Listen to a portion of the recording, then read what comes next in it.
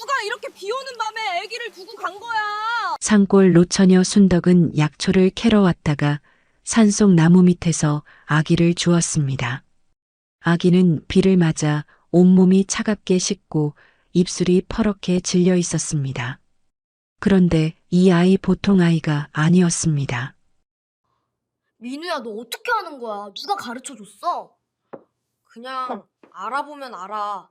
글자가 말하는 것 같아. 결혼도 안 한 노처녀가 주워온 아이를 품에 안고 정성을 다해 키웁니다. 과연 이 기막힌 인연은 어떻게 흘러갈까요? 지금 비 오는 밤 나무 밑에서 시작된 기적 같은 이야기가 시작됩니다. 이야기 시작 전 구독과 좋아요는 더 좋은 컨텐츠를 제작하는데 큰 힘이 됩니다. 그러고 어디서 듣고 계신지 댓글로 남겨주세요. 그곳에 행복과 감사 인사 드리겠습니다. 제발 제발 살려만 줘. 42 순덕의 입술이 떨렸다. 빗속에서 울부짖는 소리. 그건 분명 사람의 울음이었다. 아니, 더 정확히는 갓난아기의 울음이었다. 1987년 늦가을, 지리산 자락 깊숙한 곳. 이곳 오지마을엔 전기도 제대로 들어오지 않았다. 가로등 하나 없는 산길, 빗줄기마저 거세진 한밤중이었다. 순덕은 약초를 캐러 갔다가 돌아오는 길이었다. 등짐 가득 더덕과 도라지를 짊어지고 랜턴 하나의 의지에 좁은 산길을 걷고 있었다. 그때였다. 으아으아앙. 등골이 서늘해지는 울음소리. 순덕의 발걸음이 멈췄다. 랜턴을 높이 들어 올렸다. 빗줄기 사이로 보이는 건 온통 어둠뿐. 하지만 울음소리는 점점 더 크게, 더 절박하게 들려왔다. 설마 이 깊은 산속에 순덕은 주저했다. 마을 어르신들은 늘 말했다. 밤산에서 아기 우는 소리 들리면 절대 따라가지 마라. 여우가 사람 홀리는 소리다. 미신이라고 생각했지만 이 깊은 밤 홀로 서 있으니 그 말이 새삼 무섭게 느껴졌다. 발을 때려다 멈췄다. 그리고 다시 멈췄다. 울음소리가 점점 약해지고 있었다. 처음에 격렬함이 사라지고 이제는 기운 없는 신음처럼 들렸다. 그 소리에는 절망이 묻어 있었다. 포기하는 소리, 죽어가는 소리. 순덕의 가슴이 철렁 내려앉았다. 안 돼. 발이 저절로 움직였다. 울음소리를 따라 숲속으로 들어갔다. 가시덤불이 옷을 찢고 지늘기 신발을 잡아 끌었다. 넘어졌다. 무릎이 찢어졌다. 피가 났지만 신경 쓸 겨를이 없었다. 다시 일어나 뛰었다. 랜턴을 높이 들고 울음소리가 나는 곳을 향해 달렸다. 어디야 어디 있는 거야? 숨이 턱까지 차올랐다. 심장이 터질 것 같았다. 42의 몸은 예전 같지 않았다. 하지만 멈출 수 없었다. 울음소리가 이제 거의 들리지 않았다. 그게 더 무서웠다. 그리고 마침내 보았다. 커다란 참나무 아래 비에 흠뻑 젖은 누더기 보따리 하나. 그 안에서 작은 팔 하나가 힘없이 움직이고 있었다. 울음소리는 이제 거의 멈춘 상태였다. 가느다란 신음만 새어나왔다. 세상에 세상에. 순덕은 달려가 보따리를 들어 올렸다. 무거웠다. 아니, 묵직했다.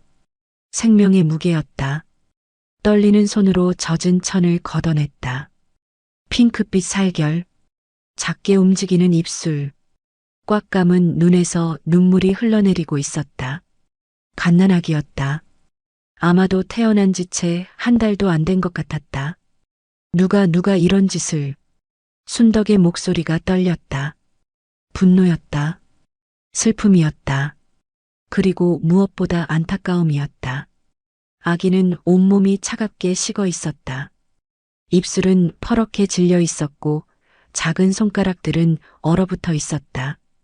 얼마나 오래 여기 있었던 걸까? 1시간? 2시간? 아니면 더? 순덕은 재빨리 자신의 외투를 벗어 아기를 감쌌다.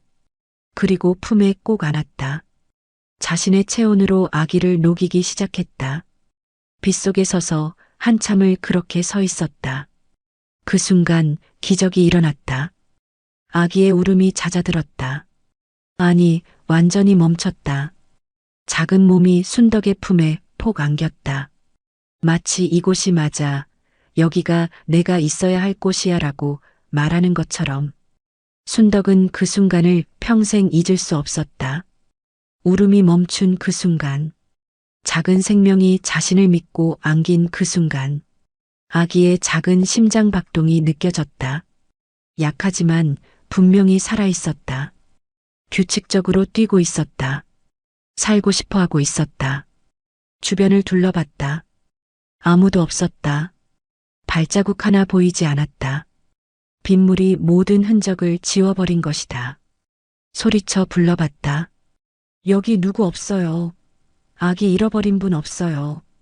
대답은 없었다. 빗소리와 바람소리만 들렸다. 순덕은 보따리 안을 살폈다. 낡은 면 기저귀 몇 장과 젖병 하나, 그리고 작은 쪽지 하나가 전부였다. 손이 떨렸다.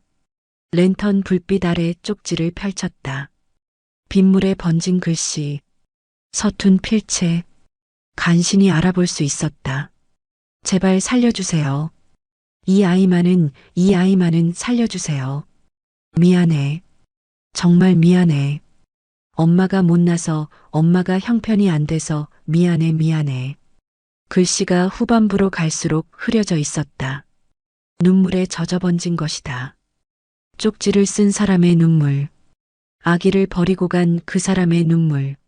순덕의 눈에서도 눈물이 흘렀다. 비와 섞여 얼굴을 타고 내렸다. 얼마나 힘들었을까? 얼마나 고민했을까? 이 작은 생명을 이곳에 두고 가기까지 어떤 사연이. 순덕은 하늘을 올려다봤다. 빗줄기가 얼굴을 때렸다. 차가웠다. 세상이 차가웠다. 하지만 품 안의 아기는 따뜻했다. 점점 더 따뜻해지고 있었다. 파출소에 신고해야 해. 이성이 말했다. 당연한 일이었다. 유기된 아기를 발견하면 신고하는 게 맞았다. 그러면 복지시설로 보내질 것이다. 전문가들이 돌볼 것이다. 제대로 된 환경에서 자랄 것이다. 하지만 순덕의 발은 움직이지 않았다. 품 안의 아기가 다시 움직였다. 작은 주먹을 쥐었다 폈다 하며 순덕의 옷자락을 붙잡았다. 그 작은 손가락의 힘, 그 연약한 생명의 무게, 그 절실한 믿음. 파출소까지 2시간은 걸려. 순덕은 중얼거렸다. 비는 더 세차게 내렸다. 천둥이 쳤다. 번개가 번쩍였다. 이 상태로 2시간을 가면 아기는 저체온증으로 죽을 수도 있었다. 아니, 이미 몸이 너무 차가웠다. 지금 당장 따뜻하게 해주지 않으면 위험했다. 머릿속이 복잡했다. 신고해야 한다는 이성과 살려야 한다는 본능이 싸우고 있었다. 옳은 일과 해야 할 일이 다른 순간이었다. 그때 아기가 작게 신음했다. 응, 그 소리에 순덕의 마음이 정해졌다. 일단 우리 집으로. 결정을 내렸다. 일단 집으로 가서 아기를 따뜻하게 해주자. 옷을 갈아입히고 따뜻한 물로 몸을 녹여주자. 뭔가 먹일 것을 주자. 그리고 나서 생각하자. 신고는 그 다음이다. 내일 해도 늦지 않다. 순덕은 아기를 품에 꼭 안고 산길을 내려오기 시작했다. 등짐은 그대로 숲속에 두고 왔다. 평생 모은 약초들이었지만 지금은 중요하지 않았다. 지금은 이 작은 생명이 전부였다. 1시간을 걸었다. 평소라면 30분이면 올 거리였지만 아기를 안고 있으니 걸음이 느렸다. 조심스러웠다. 한 발 한 발 디딜 때마다 아기가 흔들리지 않도록 신경 썼다. 비는 여전히 쏟아졌고 지늘길은 미끄러웠다. 몇 번이나 넘어질 뻔했다. 한 번은 정말로 미끄러져 한쪽 무릎을 짚었다. 날카로운 돌에 손바닥이 찢어졌다. 피가 났다. 아팠다. 하지만 순덕은 아기를 놓치지 않았다. 넘어지는 순간에도 아기를 감싼 팔에는 힘을 주었다. 자신이 다치는 한이 있어도 이 아이만은 지켜야 했다. 드디어 집이 보였다. 산 중턱에 외로이 서 있는 낡은 기와집. 돌아가신 부모님이 남긴 유일한 유산. 순덕이 홀로 살아온 20년의 보금자리. 순덕은 헐레벌떡 대문을 열고 들어갔다. 마당의 항아리들이 빗물에 차 있었다. 처마 끝에서 물줄기가 쏟아졌다. 순덕은 신발도 벗지 않고 방문을 열었다. 불부터 지펴야 해. 아기를 이불 위에 조심스럽게 내려놓고 아궁이로 달려갔다. 마른 나뭇가지에 불을 붙이고 장작을 집어넣었다. 불길이 타오르기 시작했다. 온돌이 데워지기 시작했다. 순덕은 다시 방으로 달려가 아기를 확인했다. 숨을 쉬고 있었다. 다행이었다. 하지만 여전히 몸은 차가웠고 입술은 파랬다. 그 사이 아기가 다시 울기 시작했다. 으아앙 으아앙. 이번에는 다른 울음이었다. 배고픈 울음이었다. 살고 싶다는 울음이었다. 순덕은 그 소리에 오히려 안심했다. 울 수 있다는 건 살아있다는 증거였다. 잠깐만 기다려. 순덕은 서둘러 부엌으로 갔다. 쌀뜨물을 데웠다. 미숫가루를 조금 탔다. 보따리에 있던 젖병을 깨끗이 씻어 따뜻한 미숫가루 물을 담았다. 온도를 확인했다. 손목 안쪽에 몇 방울 떨어뜨려 봤다. 적당했다. 자. 먹어. 많이 배고팠지. 아기의 입에 젖꼭지를 대자 작은 입술이 움직이기 시작했다. 빨기 시작했다. 처음엔 약하게, 그러다 점점 힘차게. 순덕은 그 모습을 지켜보며 눈물이 났다. 살아있다. 이 작은 생명이 살아서 배고픔을 느끼고 젖을 빨고 있다. 살고 싶어 하고 있다. 아기는 천천히 하지만 꾸준히 젖병을 비웠다. 반쯤 먹고는 잠시 멈췄다. 트림을 시켜줘야 한다는 걸 순덕도 알고 있었다. 조심스럽게 아기를 세워 등을 토닥여줬다. 작은 트림 소리가 났다. 그래, 잘했어. 다시 젖병을 물렸다. 아기는 남은 것까지 다 비웠다. 그리고는 만족한 듯 눈을 감았다. 순덕은 조심스럽게 젖은 옷을 벗겼다. 차가운 천이 아기의 피부에 들러붙어 있었다. 천천히 아프지 않게 벗겨냈다. 그리고 미지근한 물에 적신 수건으로 몸을 닦아주었다. 남자아이구나. 순덕은 작게 중얼거렸다. 곱슬곱슬한 머리카락, 작은 코, 긴 속눈썹. 예쁜 아기였다. 아니, 아름다운 아기였다. 피부는 투명할 정도로 하얗고 작은 손톱은 진주처럼 빛났다. 아기의 몸을 살피다가 순덕은 무언가를 발견했다. 왼팔 안쪽 겨드랑이 가까운 곳에 작은 점이 있었다. 붉은색 점, 연지를 찍은 것처럼 선명한 점. 태기. 순덕은 그 점을 한참 바라봤다. 누군가는 이 점을 보고 이 아이를 알아볼 수도 있을 것이다. 언젠가 누군가 찾으러 올지도 모른다. 하지만 지금은 그런 것들이 중요하지 않았다. 지금은 이 아이를 살리는 것만이 중요했다. 깨끗한 무명천으로 기저귀를 만들어 채우고 자신의 낡은 저고리를 잘라 아기 옷을 만들었다. 바느질 솜씨는 서툴렀지만 정성만은 가득했다. 한 땀 한 땀 바느질하면서 순덕은 기도했다. 부디 건강하게. 옷을 입히고 따뜻해진 온돌방에 누웠다. 아기를 품에 안고 이불을 덮어주었다. 아기는 편안하게 숨을 쉬고 있었다. 작은 가슴이 규칙적으로 오르락 내리락 했다. 밖에서는 여전히 비가 내렸다. 천둥이 쳤다. 번개가 쳤다.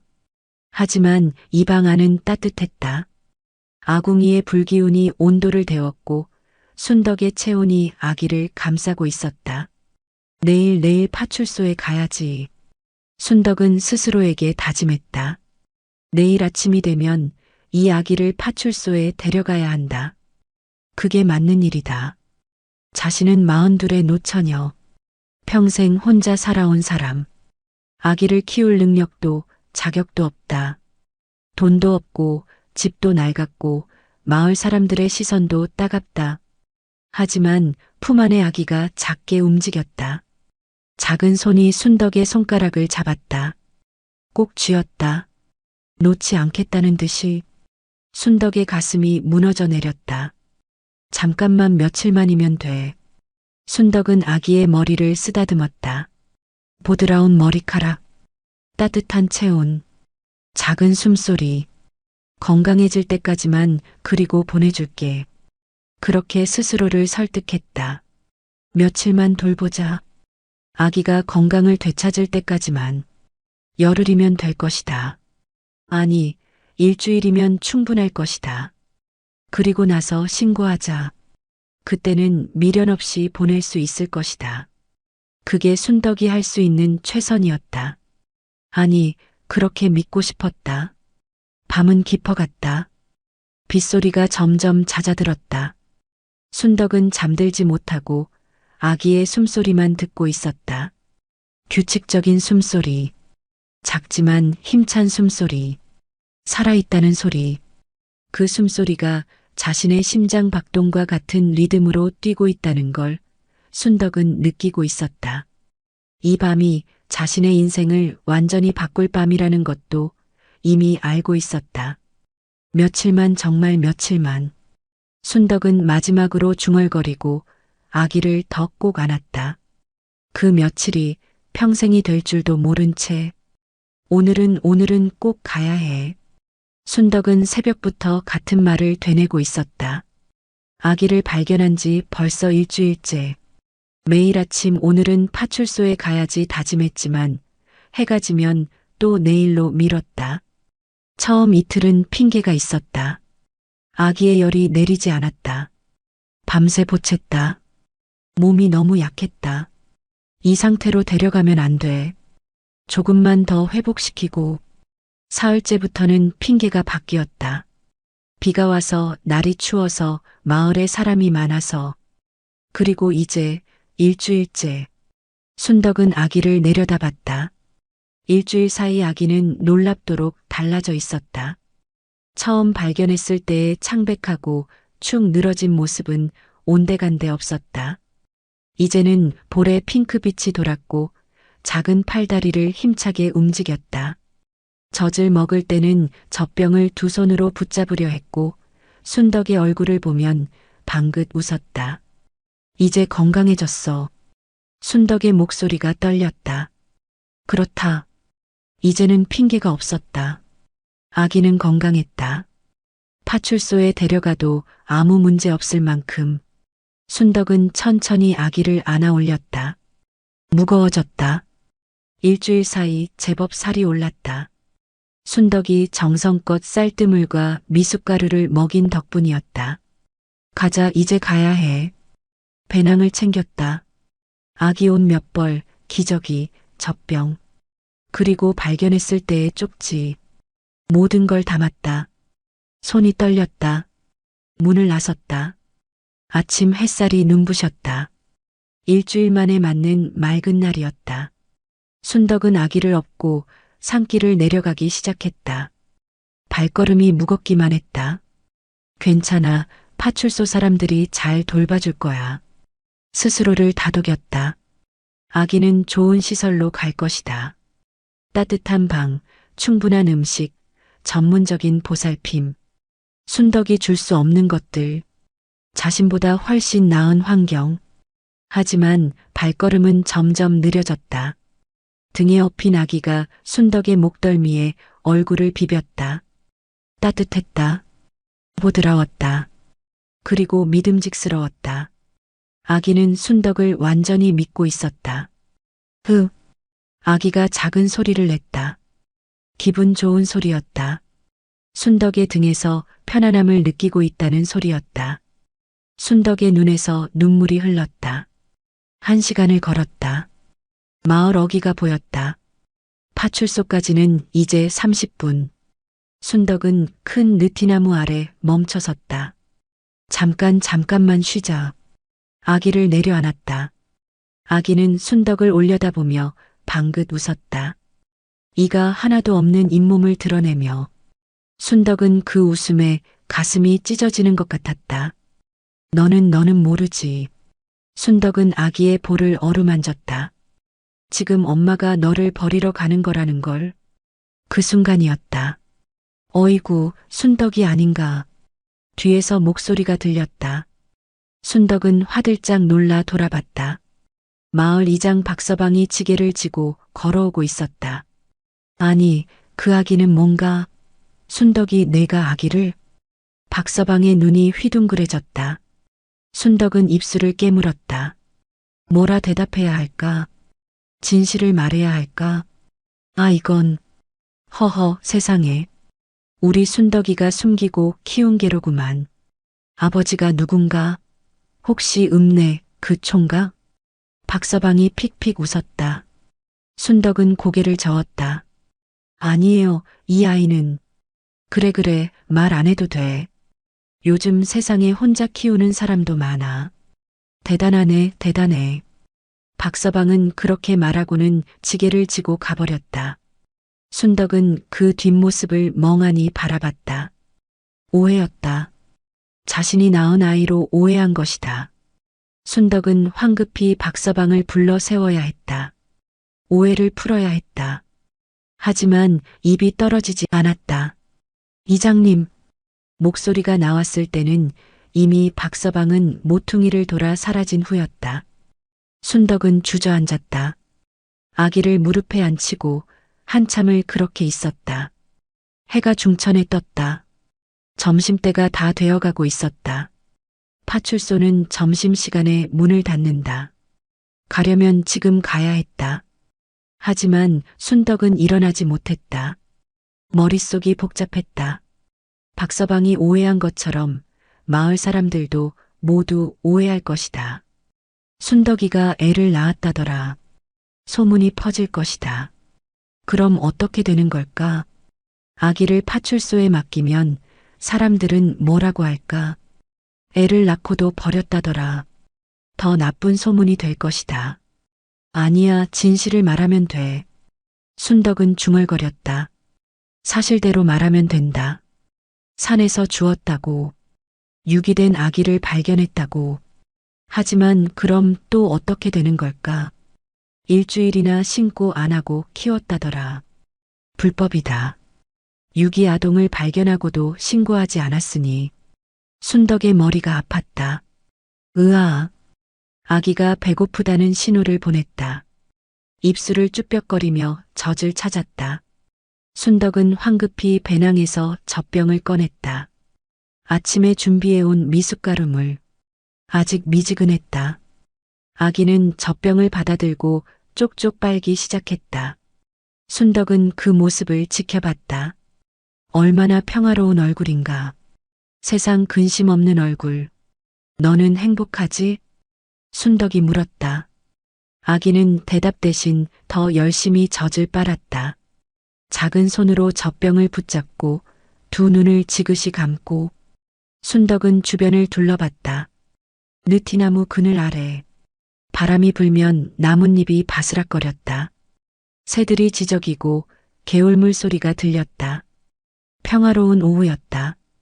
이 순간이 마지막일 수도 있었다. 아기와 함께하는 마지막 순간. 마지막 수유. 마지막 포옹. 마지막 미소. 조금만 더. 순덕은 또 그 말을 했다. 일주일 동안 매일 한 말. 조금만 더.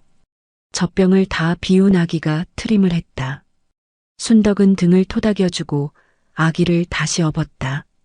그리고 걷기 시작했다. 파출소 방향이 아니었다. 집으로 돌아가는 길이었다. 오늘은 안 돼. 순덕은 중얼거렸다. 마을 사람들이 오해했어. 진실을 말하면 더 복잡해져. 며칠만 더 생각을 정리하고. 핑계였다. 순덕도 알고 있었다. 하지만 멈출 수 없었다. 산길을 올랐다. 집이 보였다. 낡은 기와집. 하지만 이제는 예전과 달랐다. 마당에 아기 옷이 널려 있었다.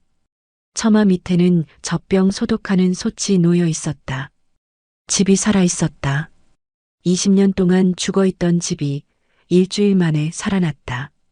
순덕은 아기를 내려놓고 저녁 준비를 시작했다. 쌀을 씻고 된장찌개를 끓였다. 아기는 이불 위에 누워 천장을 바라보며 옹알이를 했다. 으아. 그 소리가 집안에 울려 퍼졌다. 생기가 느껴졌다.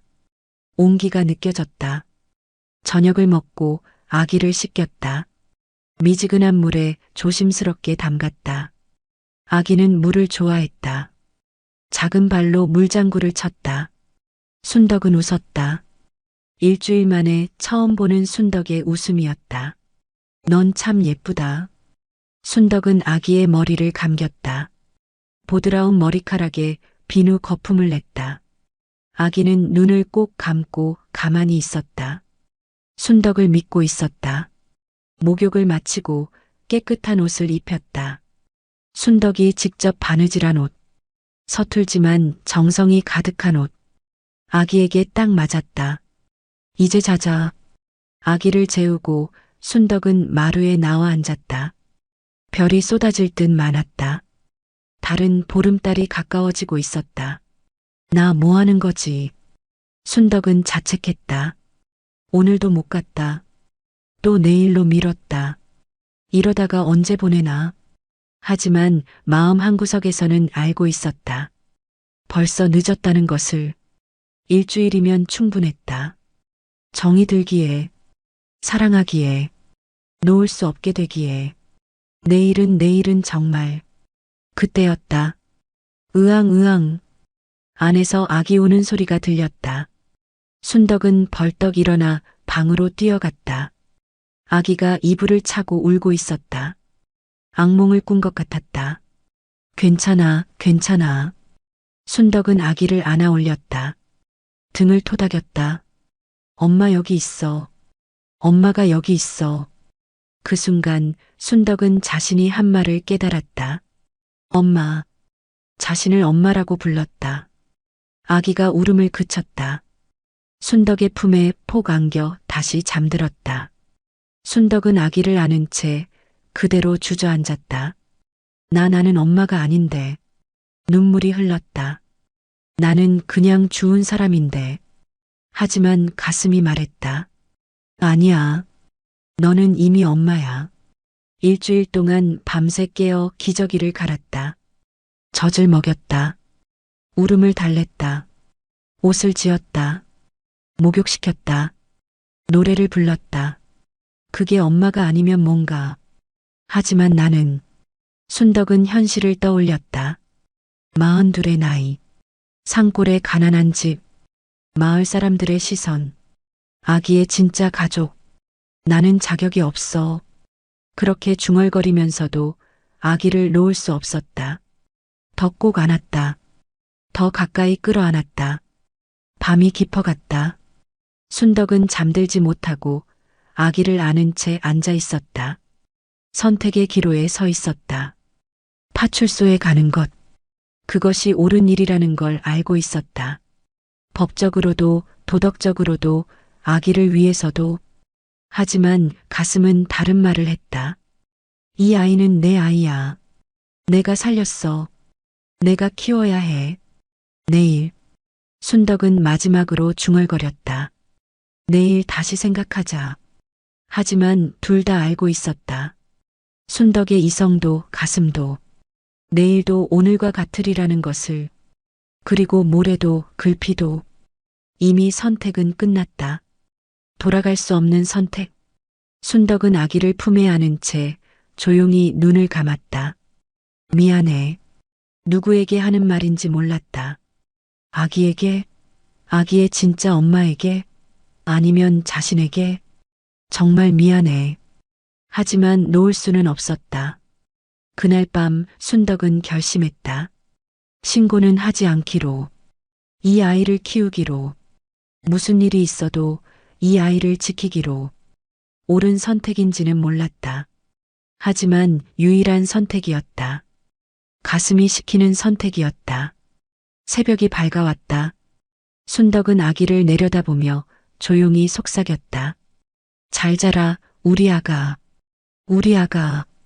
그 말이 입에서 나오는 순간 순덕은 알았다. 이제 돌아갈 수 없다는 것을, 이 잠깐이 평생이 되었다는 것을. 저 여자 정말 애를 낳은 게 맞나? 글쎄, 배 부른 거 본 사람이 있대? 그럼 어디서 난 애야? 하늘에서 떨어졌나? 순덕은 우물가에서 빨래를 하며 귀를 막고 싶었다. 하지만 손은 빨래에 묶여 있었고 귀는 저절로 그 소리를 듣고 있었다. 아기를 데려온 지 석 달째. 마을의 소문은 날이 갈수록 심해졌다. 42에 애를 낳다니. 누구씨야? 읍내 총각이라던데? 아니면 장날에 만난 남자래. 아이고, 부끄러운 줄도 모르고. 빨래방망이를 내리치는 순덕의 손에 힘이 들어갔다. 참아야 했다. 해명하면 더 복잡해진다. 그냥 모른 척, 듣지 못한 척. 순덕아. 뒤에서 부르는 소리. 순덕은 고개를 들었다. 마을 이장댁 할머니가 지팡이를 짚고 다가오고 있었다. 예, 할머니. 애 아버지는 책임 안 지나? 혼자 키우게? 할머니의 눈빛은 날카로웠다. 순덕은 입술을 깨물었다. 할머니, 그게 아니라. 그게 아니긴. 다 보면 알아. 요즘 세상에 혼자 낳아 키우는 사람 많아. 부끄러운 줄 알아야지. 할머니는 그렇게 말하고는 돌아섰다. 순덕은 그 뒷모습을 바라보며 주먹을 쥐었다. 억울했다. 해명하고 싶었다. 이 아이는 제가 낳은 게 아니에요. 산에서 주었어요. 하지만 그 말을 하는 순간 더 큰 문제가 생긴다. 신고하지 않은 것, 석 달이나 숨긴 것, 모두 불법이었다. 순덕은 빨래를 주섬주섬 챙겨 집으로 돌아왔다. 마당에는 아기가 누워 있었다. 이웃집 15살 개순이가 아기를 봐주고 있었다. 아주머니 오셨어요.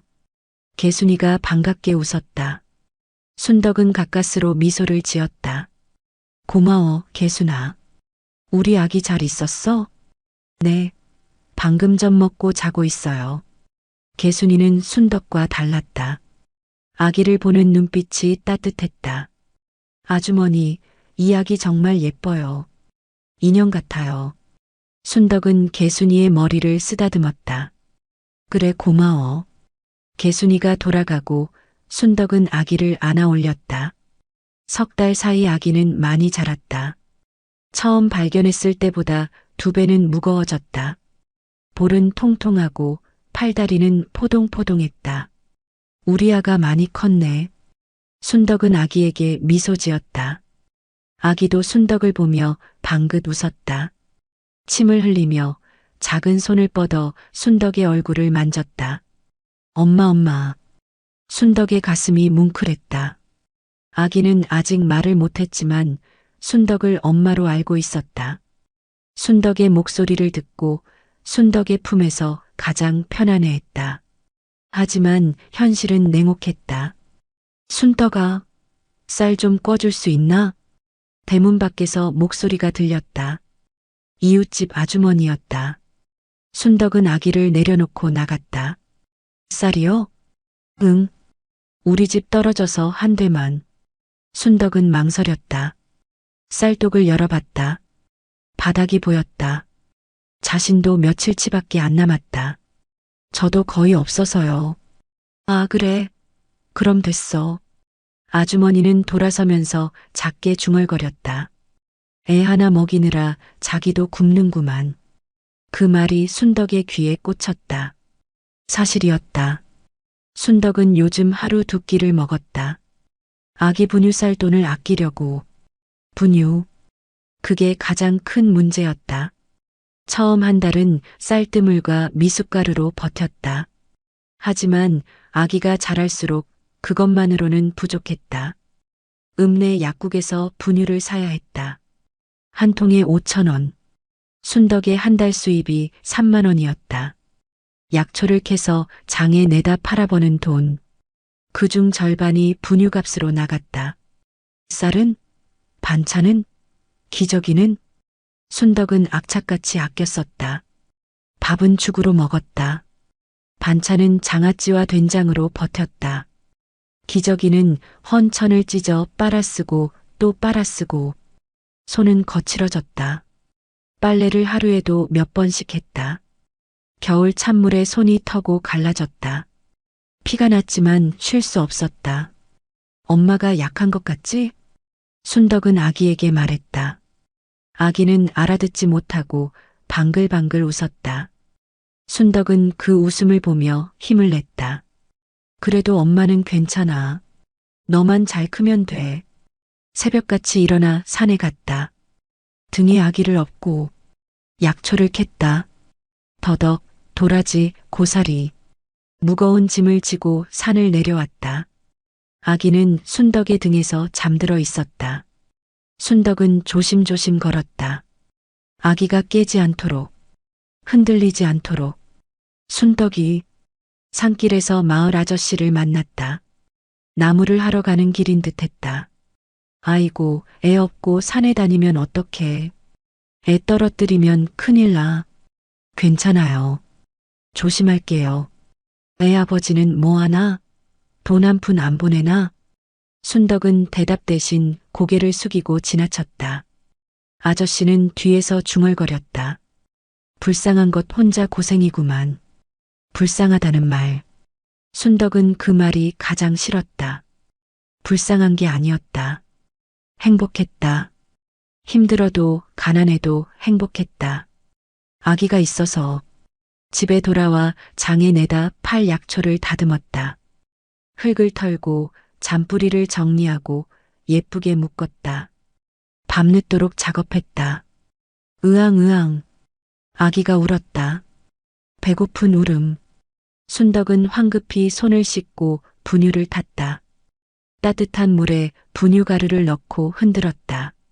자, 먹자. 아기를 안고 젖병을 물렸다. 아기는 개걸스럽게 빨기 시작했다. 순덕은 그 모습을 보며 미소 지었다. 많이 배고팠구나, 미안해. 엄마가 일하느라. 아기는 젖병을 다 비우고 트림을 했다. 순덕은 등을 토닥이며 노래를 불렀다. 자장자장 우리 아가, 잘도 잔다 우리 아가. 음정도 박자도 엉망이었지만 아기는 좋아했다. 순덕의 목소리를 들으며 스르르 잠들었다. 순덕은 아기를 이불에 눕히고 다시 약초 작업을 시작했다. 눈이 감겼다. 피곤했다. 하지만 내일 장에 내다 팔아야 했다. 새벽 2시까지 작업했다. 약초 5단을 만들었다. 장에 가면 10,000원은 받을 것이다. 분유 2통 살 돈. 잠은 3시간. 5시에 일어나 아기 기저귀를 갈고 젖을 먹이고 장에 갈 준비를 했다. 아기를 등에 업고 읍내로 갔다. 2시간을 걸었다. 아기는 중간중간 울었다. 춥고 배고프고 불편했다. 조금만 참아. 순덕은 걸으면서 아기를 달랬다. 등을 토닥이고 노래를 불렀다. 장에 도착했다. 약초를 펼쳤다. 사람들이 지나다니며 구경했다. 이거 얼마예요? 한 단에 2,000원입니다. 너무 비싼데? 1,500원에 주면 안 돼? 저 정성껏 캔 거라. 에이, 됐어. 사람들은 흥정하다 가버렸다. 순덕은 조바심이 났다. 팔아야 했다. 분유를 사야 했다. 아줌마, 이거 3단에 5,000원 할게요. 드디어 한 아주머니가 샀다. 5,000원. 순덕은 감사하며 약초를 넘겼다. 등에 애 업고 고생이네요. 괜찮아요, 감사합니다. 애 아버지는 어딨어요? 왜 혼자 고생해요? 또 그 질문. 순덕은 대답 대신 미소만 지었다. 남은 2단도 팔았다. 모두 팔아 8,000원을 받았다. 분유 한 통하고 쌀 조금 살 수 있는 돈. 약국으로 갔다. 분유를 샀다. 5,000원. 쌀은 3,000원어치 샀다. 남은 돈은 없었다. 집으로 돌아오는 길. 아기가 또 울었다. 이번엔 기저귀를 갈아야 했다. 순덕은 길가에 멈춰서 기저귀를 갈았다. 지나가는 사람들이 쳐다봤다. 애 불쌍하게 저런 데서 기저귀를 갈다니. 수군거리는 소리가 들렸다. 순덕은 귀를 막고 싶었다. 하지만 참았다. 집에 도착한 건 저녁 때였다. 순덕은 탈진해서 주저앉았다. 온몸이 아팠다. 다리는 후들거렸다. 하지만 아기는 돌봐야 했다. 젖을 먹이고 씻기고 재워야 했다. 엄마 조금만 쉬고. 순덕은 아기에게 말했다. 하지만 아기는 울었다. 배고팠다. 알았어. 순덕은 벌떡 일어나 분유를 탔다. 아기에게 먹였다. 아기는 만족스럽게 먹고 잠들었다. 순덕도 함께 누웠다. 피곤했다. 온몸이 비명을 질렀다. 하지만 행복했다. 아기의 따뜻한 체온이 느껴졌다. 규칙적인 숨소리가 들렸다. 작은 손이 순덕의 옷을 붙잡고 있었다. 엄마가 많이 못나지? 순덕은 아기에게 속삭였다. 돈도 없고 집도 낡고 사람들이 손가락질해도 그래도 엄마는 너를 사랑해. 아기는 자면서도 순덕의 손을 꽉 쥐었다.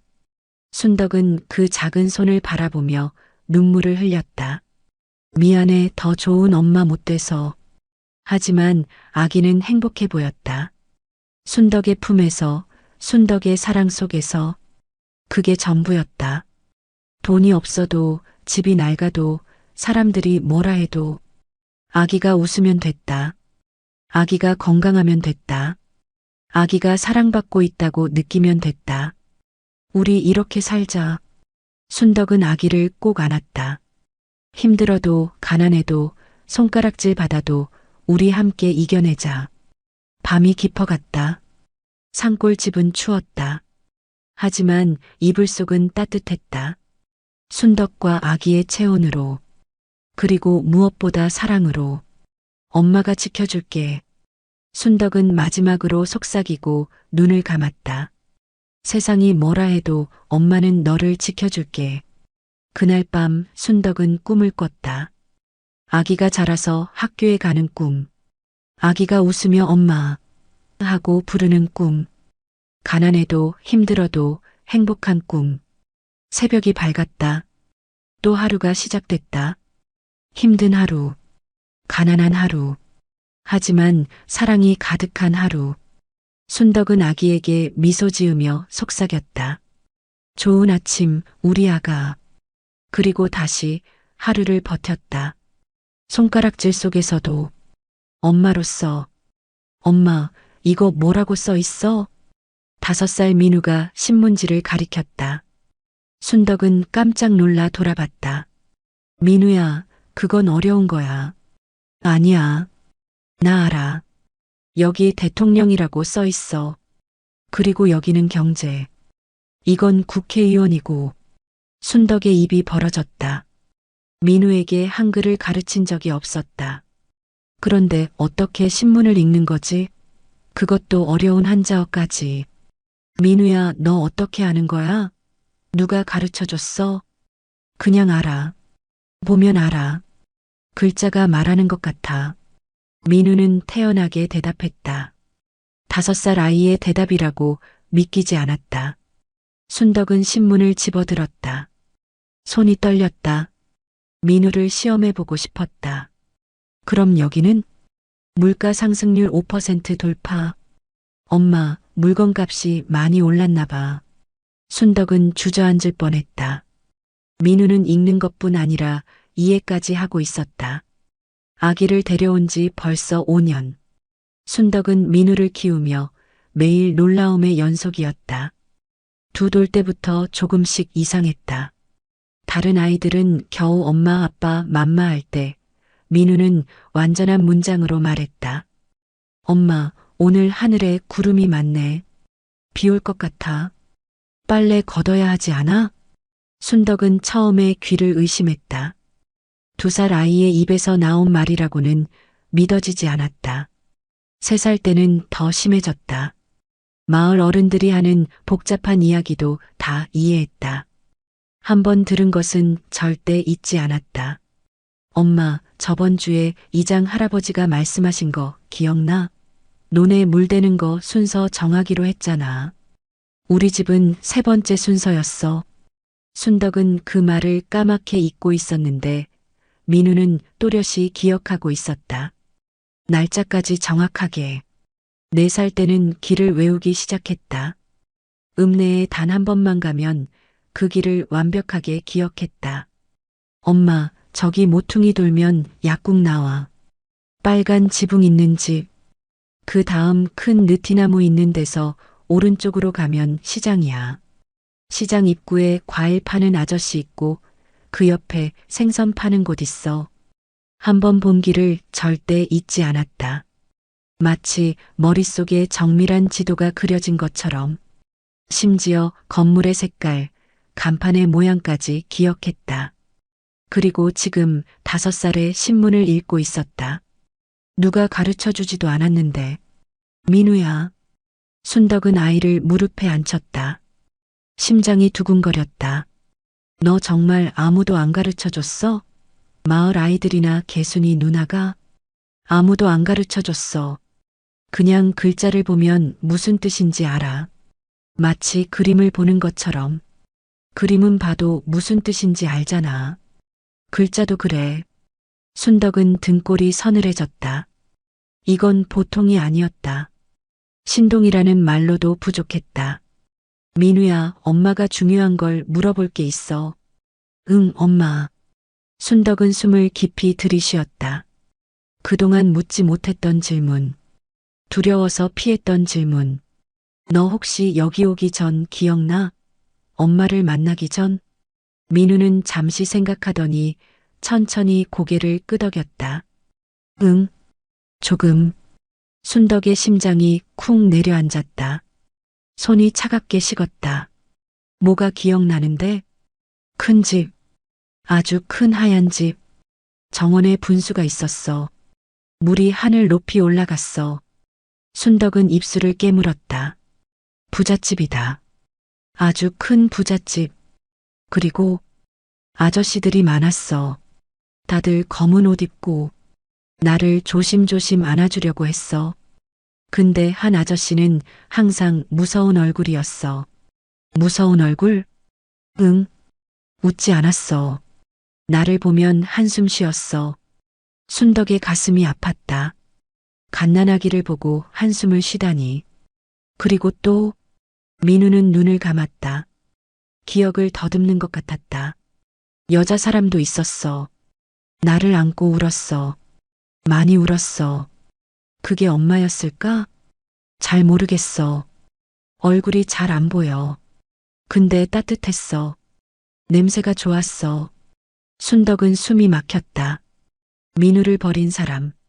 그 사람도 아마 어쩔 수 없었을 것이다. 울면서 버렸을 것이다. 민우야, 그 사람들이 그리워? 민우는 고개를 저었다. 아니, 잘 기억도 안 나고. 엄마, 지금 엄마가 훨씬 더 좋아. 순덕은 민우를 꼭 안았다.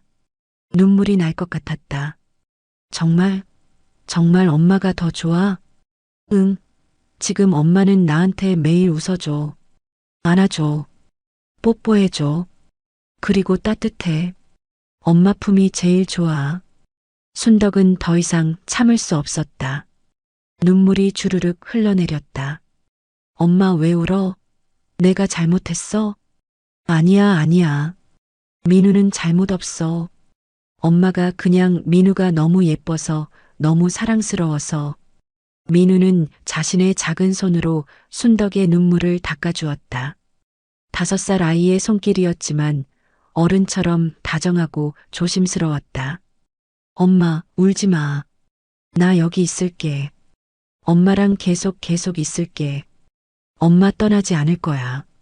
순덕은 민우를 더욱 꼭 껴안았다. 이 작은 몸, 이 따뜻한 체온, 이 사랑스러운 존재. 그날 밤 순덕은 잠들지 못했다. 민우의 말이 계속 맴돌았다. 큰 하얀 집, 분수가 있는 정원, 검은 옷 입은 아저씨들. 재벌가였다. 틀림없었다. 민우의 진짜 가족은 엄청난 부자인 것 같았다. 그렇다면 언젠가 찾으러 올지도 모른다. 그 생각만으로도 순덕은 숨이 막혔다. 빼앗길까봐. 하지만 동시에 죄책감도 밀려왔다. 민우에게는 더 나은 환경에서 자랄 권리가 있었다. 좋은 교육, 따뜻한 집, 충분한 음식, 훌륭한 선생님들. 순덕이 줄 수 있는 건 사랑뿐이었다. 낡은 집, 부족한 밥, 헌 옷. 그걸로 충분할까? 순덕은 천장을 바라보며 눈물을 흘렸다. 다음 날 아침 순덕은 결심했다. 민우야, 오늘부터 엄마가 공부 가르쳐 줄게. 나 이미 글자 알아. 그래도 제대로 배우자. 쓰는 것도 배우고, 숫자도 배우고, 더하기 빼기도 배우고. 좋아. 순덕은 민우를 가르치기 시작했다. 자신도 초등학교만 겨우 나왔지만 아는 만큼 최선을 다해 가르쳤다. 그런데 놀라운 일이 벌어졌다.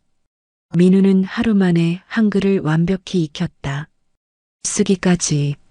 받침이 있는 복잡한 글자도 한 번 보고 따라 썼다. 사흘 만에 구구단을 외웠다. 2단부터 9단까지. 일주일 만에 덧셈 뺄셈을 마스터했다. 엄마, 이거 쉬워. 곱셈도 가르쳐줘. 순덕은 할 말을 잃었다. 자신이 가르칠 수 있는 게 이미 바닥났다. 민우야, 엄마가 책 사다 줄게. 그걸로 공부하자. 순덕은 읍내 헌책방에서 초등학교 교과서와 동화책을 샀다. 민우는 그 책들을 받아들고 눈을 반짝였다. 와, 고마워, 엄마. 민우는 그날부터 책을 읽기 시작했다. 하루에 한 권씩 읽어치웠다. 아니, 때로는 두세 권씩. 엄마, 이 책 재미있어. 여기 주인공이 용감하게 괴물을 물리쳤어. 나도 커서 엄마 지켜줄 거야. 순덕은 웃었다. 하지만 동시에 불안했다. 이렇게 똑똑하면 사람들이 알게 되면. 6살이 되자 마을에서 소문이 났다. 순덕이네 아들 천재래. 5살에 신문 읽는다던데? 아니, 벌써 책을 읽어? 초등학교 책을? 저번에 봤는데 구구단도 다 외웠더라고. 사람들이 민우를 신기한 동물 보듯 쳐다봤다. 순덕은 자랑스러우면서도 몹시 불안했다. 너무 눈에 띄면 안 되는데 너무 특별해 보이면. 어느 날 마을 이장이 찾아왔다. 순덕아, 민우 학교 보내야지. 저렇게 영특한 아이를 집에만 둘 수는 없어. 아직 어려요. 내년에 보낼 거예요. 아니야. 저 아이는 특별해. 지금 당장 학교 가도 돼. 읍내 학교 교장이 내 친구야. 내가 말해서 특별히 입학시켜줄게. 정말 괜찮아요. 천천히. 천천히는 무슨. 저런 영재를 묻어두면 나라 손실이야. 내가 알아서 할 테니 걱정 마. 이장은 고집스러웠다. 결국 순덕은 승낙할 수밖에 없었다. 일주일 후 민우는 읍내 초등학교에 입학했다. 정식 나이보다 1년 빨랐다. 첫날 순덕은 민우를 데리고 학교에 갔다. 민우는 새 책가방을 메고 신이 나 있었다. 엄마, 학교 정말 커? 와, 운동장도 넓어. 그래, 민우야. 선생님 말씀 잘 듣고 친구들이랑 사이좋게 지내야 해. 응, 나 친구 많이 사귈 거야. 민우는 교실로 뛰어들어갔다. 작은 몸에 큰 책가방을 메고 총총히. 순덕은 그 뒷모습을 한참 바라봤다. 가슴이 뭉클했다. 잘할 거야. 우리 민우는 착하니까. 하지만 걱정이 됐다. 민우가 너무 똑똑해서 친구들이 질투하면 어쩌지. 따돌리면 어쩌지. 일주일 후 담임 선생님이 순덕을 불렀다. 어머님, 민우가 정말 특별한 아이입니다. 순덕은 긴장했다. 무슨 문제라도 있나요? 아니요, 문제가 아니라 1학년 과정을 이미 다 알고 있어요. 수업 시간에 제가 가르치는 걸 지루해 합니다. 다 아는 내용이라고요. 죄송합니다. 제가 민우한테 말할게요. 아니에요, 어머님. 지루해하는 게 문제가 아니라 민우는 이미 3학년 수준입니다. 어쩌면 그 이상일 수도 있어요. 어제 시험 삼아 4학년 문제를 줬는데 다 풀었어요. 선생님은 순덕을 진지하게 바라봤다. 민우를 월반시키는 게 어떨까요? 아니면 영재학교나 특별반으로 보내시는 게. 아니요. 순덕의 대답이 너무 강했다. 선생님이 깜짝 놀랐다. 그냥 또래 아이들이랑 지내게 해주세요. 친구가 필요해요. 민우는 친구들이 필요한 아이예요. 선생님은 잠시 망설이다 고개를 끄덕였다. 알겠습니다. 어머님 뜻을 존중하겠습니다. 하지만 정말 아깝습니다. 민우의 재능을 이렇게 묻어두는 건. 순덕은 집으로 돌아오며 죄책감에 시달렸다. 민우의 날개를 꺾고 있는 건가 내가. 하지만 어쩔 수 없었다. 민우가 너무 눈에 띄면 혹시라도 민우의 진짜 가족이 알게 되면 빼앗긴다. 저녁 민우가 숙제를 하고 있었다. 너무 쉬운지 5분 만에 다 끝냈다. 순덕은 옆에 앉았다. 민우야. 응, 엄마. 학교 재미있어? 응. 친구들이 착해. 같이 놀아서 좋아. 준호랑 석이랑 나랑 셋이서 친구가 됐어. 공부는 어때? 쉬워. 다 알아. 근데 괜찮아. 친구들이랑 같이 하니까 재미있어. 순덕은 민우의 머리를 쓰다듬었다. 가슴이 아팠다. 민우야, 엄마가 부탁 하나만 할게. 뭔데, 엄마? 학교에서 너무 똑똑한 척 하지 마. 알아도 모르는 척, 천천히 하는 척. 민우가 고개를 갸웃했다. 왜? 아는 거라고 하면 안 돼? 그게 친구들이 부러워할 수도 있어. 그럼 외로워질 수도 있고. 민우는 한참 순덕을 바라보더니 천천히 고개를 끄덕였다. 알았어, 엄마. 엄마가 원하면 그렇게 할게. 친구들이랑 똑같이 할게. 순덕은 민우를 꼭 안았다. 미안했다.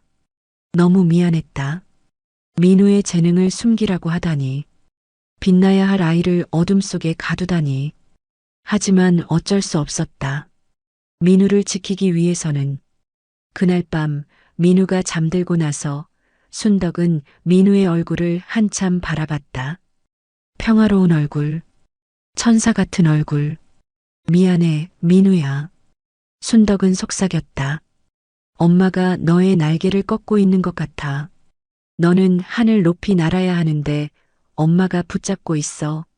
하지만 엄마는 너를 잃고 싶지 않아. 이기적이지? 민우는 편안하게 잠들어 있었다. 순덕의 품에서, 순덕의 사랑 속에서 너에게는 더 좋은 미래가 있을 거야. 더 좋은 가족이 있을 거야. 큰 집, 좋은 학교, 훌륭한 선생님들. 엄마가 줄 수 없는 모든 것들. 근데 엄마가 붙잡고 있어. 순덕은 눈물을 흘렸다. 조금만 더 함께 있자. 민우가 크면 민우가 스스로 선택할 수 있을 때까지만. 그때는 엄마가 진실을 말해줄게. 그리고 민우가 선택하게 할게. 순덕은 민우를 더욱 꼭 안았다. 그때까지만 엄마가 지킬게. 밤은 깊어갔다. 산골집은 고요했다. 하지만 순덕의 마음은 폭풍우 같았다. 민우를 지키고 싶은 마음.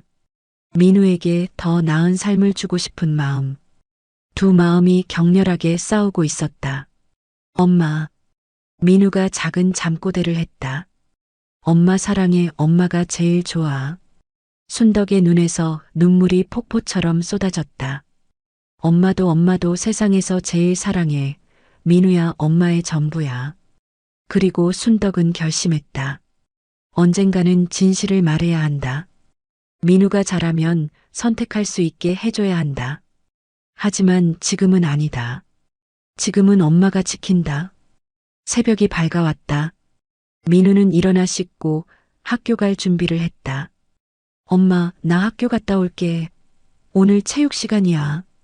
그래, 조심히 다녀와. 친구들이랑 재미있게 놀아. 응. 민우는 뛰어나갔다. 작은 몸에 큰 책가방을 메고 햇살 속으로. 순덕은 그 뒷모습을 바라보며 조용히 기도했다. 부디 아무 일 없이 우리 민우를 지켜주세요. 조금만 더. 하지만 순덕은 몰랐다.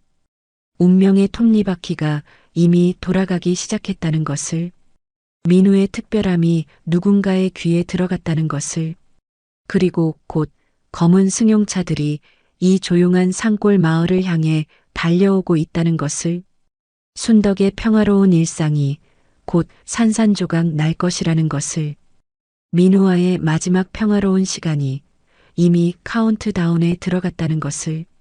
엄마, 큰 차가 마을로 올라와. 이웃집 개순이가 헐레벌떡 뛰어왔다. 순덕은 빨래를 널다 말고 고개를 들었다. 큰 차? 응, 검은색 승용차 3대나. 우리 마을에는 처음 보는 차들이야. 되게 비싸 보여.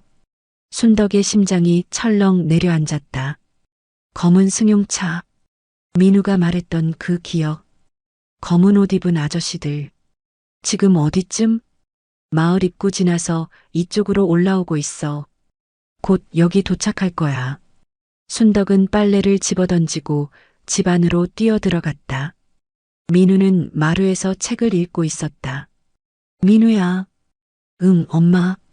잠깐만 방에 들어가 있어.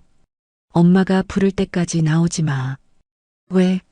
무슨 일 있어? 순덕은 민우를 방으로 데려갔다. 손이 떨렸다. 아무 일 아니야. 그냥 엄마 말 들어. 조용히 있어야 해. 알았지? 민우는 엄마의 떨리는 목소리를 느꼈다. 고개를 끄덕였다. 응, 알았어. 순덕은 방문을 닫고 마당으로 나왔다. 심호흡을 했다. 진정하려 했지만 가슴이 터질 것 같았다. 그때였다. 부릉부릉.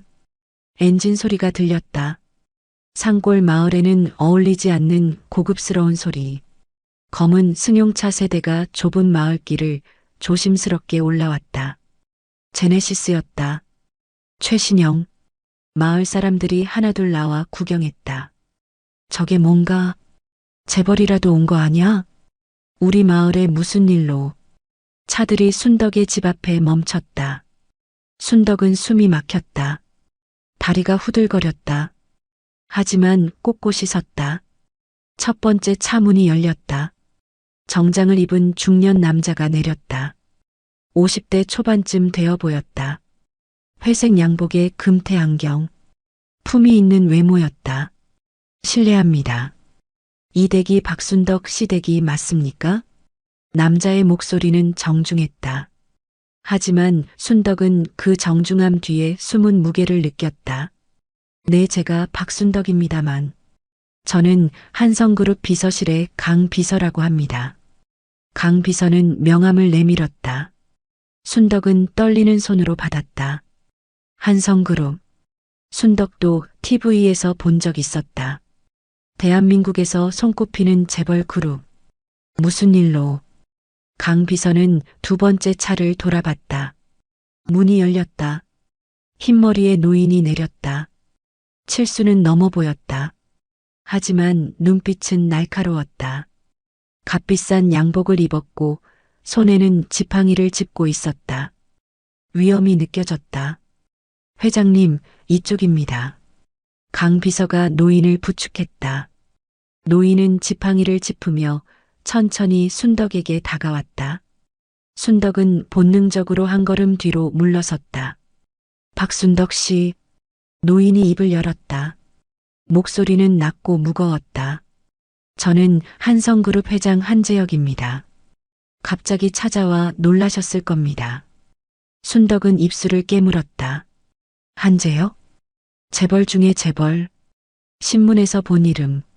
제가 무슨 단도직입적으로 말씀드리겠습니다. 한재혁 회장은 순덕을 똑바로 바라봤다. 이 댁에 아이가 있습니까? 순덕은 숨이 멎었다. 아이요? 예. 남자아이. 지금 6살쯤 되었을 겁니다. 순덕의 머릿속이 하얘졌다.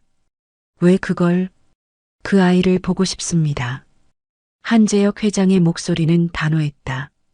순덕은 고개를 저었다. 아이는 학교 갔습니다. 거짓말이었다. 민우는 지금 방 안에 있었다. 하지만 보여줄 수 없었다. 그렇습니까? 한재혁 회장은 지팡이를 짚으며 한숨을 쉬었다. 그럼 기다리겠습니다. 학교에서 언제 돌아옵니까? 저 왜 우리 아이를... 순덕의 목소리가 떨렸다. 한재혁 회장은 주머니에서 낡은 사진 한 장을 꺼냈다. 순덕에게 내밀었다. 순덕은 떨리는 손으로 사진을 받았다. 사진 속에는 갓난아기가 있었다. 포근한 담요에 쌓여 평화롭게 자고 있는 아기. 그리고 순덕은 알아봤다. 왼팔 안쪽에 작은 붉은 점. 민우였다. 이 아이가 제 손자입니다. 한재혁 회장의 목소리가 떨렸다. 5년 전 납치당했습니다. 전국을 뒤졌지만 찾을 수 없었습니다. 경찰도 사설탐정도 모두 포기했습니다. 순덕은 사진을 쥔 손이 떨렸다. 그런데 한 달 전 우연한 기회에 정보를 입수했습니다. 읍내 초등학교에 유난히 똑똑한 아이가 있다는. 나이보다 1년 빨리 입학한 아이. 그 아이의 담임 선생님이 제 조카였습니다. 한재혁 회장은 잠시 말을 멈췄다. 조카가 말했습니다. 그 아이가 너무 특별하다고, 천재 같다고, 그리고 왼팔 안쪽에 붉은 점이 있다고. 순덕은 주저앉을 뻔했다. 제 손자도 똑같은 위치에 똑같은 점이 있습니다. 태어날 때부터 있던 태기입니다. 한재혁 회장은 순덕에게 한 걸음 다가왔다. 박순덕 씨, 그 아이를 어디서 데려왔습니까? 순덕은 입술을 깨물었다. 대답할 수 없었다. 납치에 가담하신 겁니까? 아니면 우연히 발견하신 겁니까? 저는 순덕의 목소리가 나오지 않았다. 그때였다. 엄마. 방문이 열리고 민우가 뛰어나왔다. 순덕이 너무 오래 나오지 않아 걱정이 됐던 것이다. 엄마, 왜 안 들어와? 무슨 일? 민우는 마당에 낯선 사람들을 보고 멈췄다. 한재혁 회장은 민우를 보는 순간 온몸이 굳었다. 제 재민이. 회장의 목소리가 떨렸다. 지팡이를 잡은 손이 하얗게 질렸다. 손자, 내 손자. 강 비서가 황급히 회장을 부축했다. 회장님, 괜찮으십니까? 한재혁 회장은 눈물을 글썽이며 민우를 바라봤다. 닮았어, 아들을 닮았어, 내 아들을. 민우는 순덕 뒤로 숨었다. 낯선 사람들이 무서웠다. 엄마, 저 사람들 누구야? 순덕은 민우를 꼭 안았다. 민우야, 괜찮아. 엄마가 있어. 한재혁 회장은 한 걸음씩 다가왔다. 재민아, 재민아. 제 이름은 민우예요. 민우가 작게 말했다. 한재혁 회장은 무릎이 꺾였다. 70평생 무릎 꿇어본 적 없는 사람이 그 자리에 주저앉았다. 재민아, 할아버지야, 할아버지가 왔어. 할아버지? 민우는 고개를 갸웃했다. 강 비서가 순덕에게 다가왔다. 박순덕 씨, 설명 부탁드립니다. 이 아이를 어떻게 데려오셨습니까? 순덕은 심호흡을 했다. 이제 숨길 수 없었다. 5년 전 산에서 발견했습니다. 산에서요? 비 오는 밤이었어요. 참나무 밑에 보따리에 쌓여 울고 있었어요. 젖어서 얼어서 죽어가고 있었어요. 순덕의 목소리가 떨렸다. 쪽지가 있었어요. 제발 살려달라고. 그게 전부였어요. 강 비서는 순덕을 날카롭게 바라봤다. 그럼 왜 신고하지 않았습니까? 유기아동을 발견하면 신고하는 게 의무입니다. 저는 일단 살리고 싶었어요. 너무 아파 보였어요. 파출소까지 2시간이에요. 그 상태로는 못 갔어요. 그 이후에는요? 아이가 건강해진 후에는? 순덕은 고개를 숙였다. 못 보냈어요. 정이 들어서 사랑해서. 한재혁 회장이 일어섰다. 강 비서가 부축했다. 박순덕 씨. 회장의 목소리는 차가웠다. 당신은 범죄를 저질렀습니다. 유괴, 미신고, 불법 양육. 이 모든 게 형법 위반입니다. 순덕은 고개를 끄덕였다. 알고 있었다. 하지만 동시에 당신은 제 손자를 살렸습니다. 그 비 오는 밤 당신이 아니었다면 재민이는 죽었을 겁니다. 한재혁 회장은 민우를 바라봤다. 그래서 묻겠습니다. 당신은 이 아이를 어떻게 키웠습니까? 순덕은 민우를 꼭 안았다. 최선을 다했습니다. 가난했지만 부족했지만 사랑만큼은 누구에게도 지지 않게. 먹을 건 충분했습니까? 부족할 때도 있었지만 민우는 굶긴 적 없습니다. 교육은 제가 할 수 있는 만큼 그리고 학교 보냈습니다. 한재혁 회장은 한참 순덕을 바라봤다. 재민이를 돌려주십시오. 순덕의 가슴이 찢어졌다. 회장님, 이 아이는 제 손자입니다. 한성그룹의 유일한 상속자입니다. 이 아이에게는 제대로 된 환경에서 자랄 권리가 있습니다. 저도 알아요. 순덕의 눈에서 눈물이 흘렀다. 하지만 민우는 제 아들이에요. 5년 동안 제가 키웠어요. 법적으로 당신은 아무 권리가 없습니다. 한재혁 회장의 목소리는 단호했다. 민우가 순덕을 올려다봤다. 엄마 우는 거야? 아니야, 민우야. 엄마 안 울어. 엄마, 나 저 사람들 따라가야 돼? 순덕은 대답할 수 없었다. 목이 메었다. 한재혁 회장이 무릎을 굽혀 민우와 눈높이를 맞췄다. 재민아, 아니 민우야. 할아버지가 너를 데려가고 싶구나. 큰 집에 가서 좋은 학교 다니고 맛있는 거 많이 먹고. 민우는 고개를 저었다. 싫어요. 나 여기 좋아요. 엄마랑 있을 거예요. 한재혁 회장의 눈에 눈물이 고였다. 민우야, 나 엄마 떠나지 않을 거예요. 엄마가 제일 좋아요. 순덕은 민우를 더욱 꼭 안았다. 눈물이 멈추지 않았다. 한재혁 회장은 한숨을 쉬며 일어섰다. 강비서. 예, 회장님. 변호사들을 불러. 법적 절차를 밟겠다. 알겠습니다. 한재혁 회장은 순덕을 바라봤다. 박순덕 씨, 이 아이는 제가 데려갑니다. 법적으로든 어떤 방법으로든. 이 아이는 제 핏줄입니다. 순덕은 고개를 숙였다. 저항할 수 없었다. 재벌 그룹 회장과 가난한 산골 여자. 싸움이 될 수 없었다.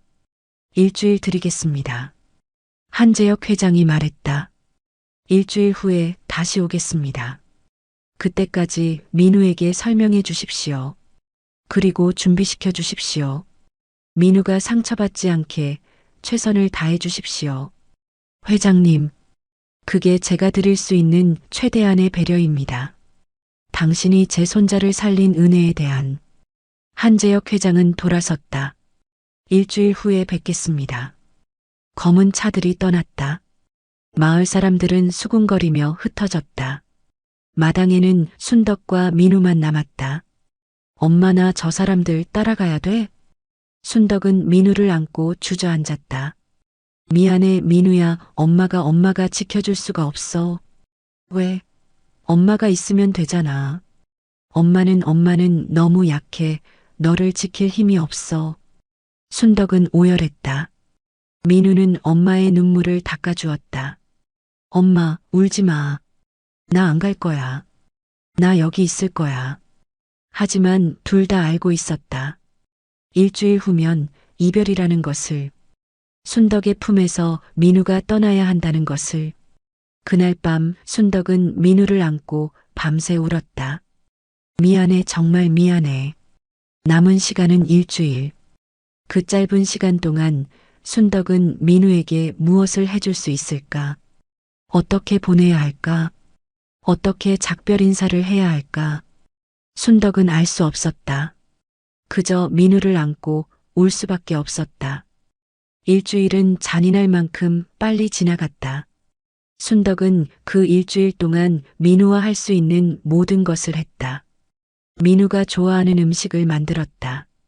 함께 산에 올라 약초를 캤다. 밤마다 민우가 좋아하는 이야기를 들려주었다. 엄마, 오늘도 옛날 이야기 해줘. 그래, 우리 민우. 어떤 이야기 듣고 싶어? 호랑이 나오는 이야기. 순덕은 민우를 무릎에 앉히고 이야기를 시작했다. 하지만 목소리는 계속 떨렸다. 눈물이 나오려고 했다. 엄마, 왜 자꾸 울어? 아니야. 엄마 안 울어. 그냥 목이 좀 아파서. 민우는 엄마를 꼭 안아주었다. 엄마, 아프지 마. 민우가 안아주면 나? 응, 나 고마워, 민우야. 순덕은 민우의 머리를 쓰다듬으며 생각했다. 이 손길도 얼마 남지 않았구나. 이 따뜻한 체온도, 이 예쁜 웃음도. 엿새째 되는 날 순덕은 용기를 내어 민우에게 말했다. 민우야, 엄마가 할 이야기가 있어. 응, 엄마. 둘은 마당에 앉았다. 석양이 지고 있었다. 하늘이 붉게 물들었다. 민우야, 저번에 온 할아버지 기억나지? 응. 큰 차 타고 온 할아버지. 그분이 민우 진짜 할아버지야. 민우는 고개를 갸웃했다. 진짜 할아버지? 그럼 엄마는? 순덕은 심호흡을 했다. 이 말을 하는 게 얼마나 힘든지. 엄마는 민우를 낳은 엄마가 아니야. 민우는 잠시 침묵했다. 그럼 엄마는 누구야? 엄마는 민우를 발견한 사람이야. 5년 전 산에서 민우가 울고 있을 때 민우는 순덕을 똑바로 바라봤다. 6살 아이의 눈이라고 믿기지 않을 만큼 성숙한 눈빛이었다. 그럼 내 진짜 엄마는? 엄마도 잘 몰라. 하지만 분명 너를 사랑했을 거야. 어쩔 수 없이 너를 떠나보냈을 거야. 민우는 한참 생각하더니 물었다. 그럼 엄마는 나를 왜 데려왔어? 살리고 싶었어. 너무 작고 너무 약해 보였어. 그래서 데려왔어. 그리고 순덕의 목소리가 떨렸다. 사랑하게 됐어. 너무너무 사랑하게 됐어. 민우는 순덕의 손을 잡았다. 나도 엄마 사랑해. 엄마가 진짜 엄마 아니어도 나는 엄마가 제일 좋아. 순덕은 눈물을 참을 수 없었다. 고마워, 민우야, 그렇게 말해줘서. 근데 엄마, 나 그 할아버지한테 가야 돼? 순덕은 고개를 끄덕였다. 그래야 할 것 같아. 할아버지가 너를 찾으러 오셨어. 5년 동안 찾았대. 너를 정말 보고 싶어 하셨어. 나는 엄마랑 있고 싶은데. 엄마도 그래. 하지만 저 할아버지네 집에 가면 더 좋은 환경에서 살 수 있어. 큰 집, 좋은 학교, 맛있는 음식. 엄마는 안 가? 순덕은 고개를 저었다. 엄마는 여기 있어야 해. 왜? 같이 가면 안 돼?